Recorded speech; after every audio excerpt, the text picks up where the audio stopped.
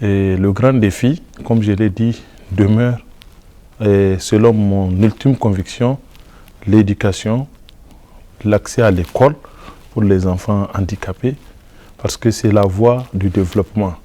On ne peut pas vouloir demander des droits si on n'est pas allé à l'école. On ne peut pas penser à comment se soigner si on n'est pas allé à l'école.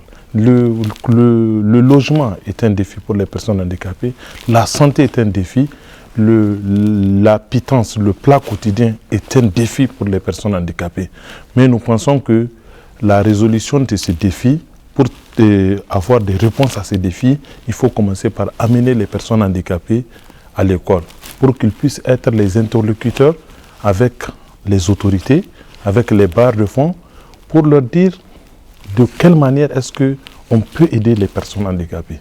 Moi, je ne peux pas aller à l'école parce que je suis handicapé. Ça fait très mal et nous avons ressenti ce mal quand nous sommes enfants et nous ne voudrions plus que les autres personnes handicapées traversent ce mal.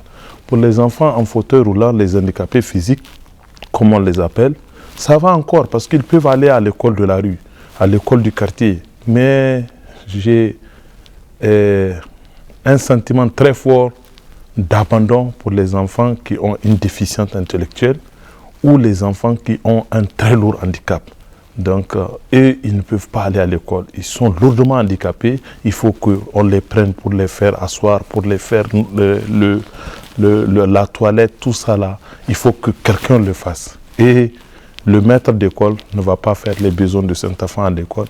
Mais nos États ont l'obligation de penser à un système où on peut accepter que ces enfants aillent à l'école ordinaire. Parce qu'il ne suffit pas de nous prendre et de nous mettre dans une école à part.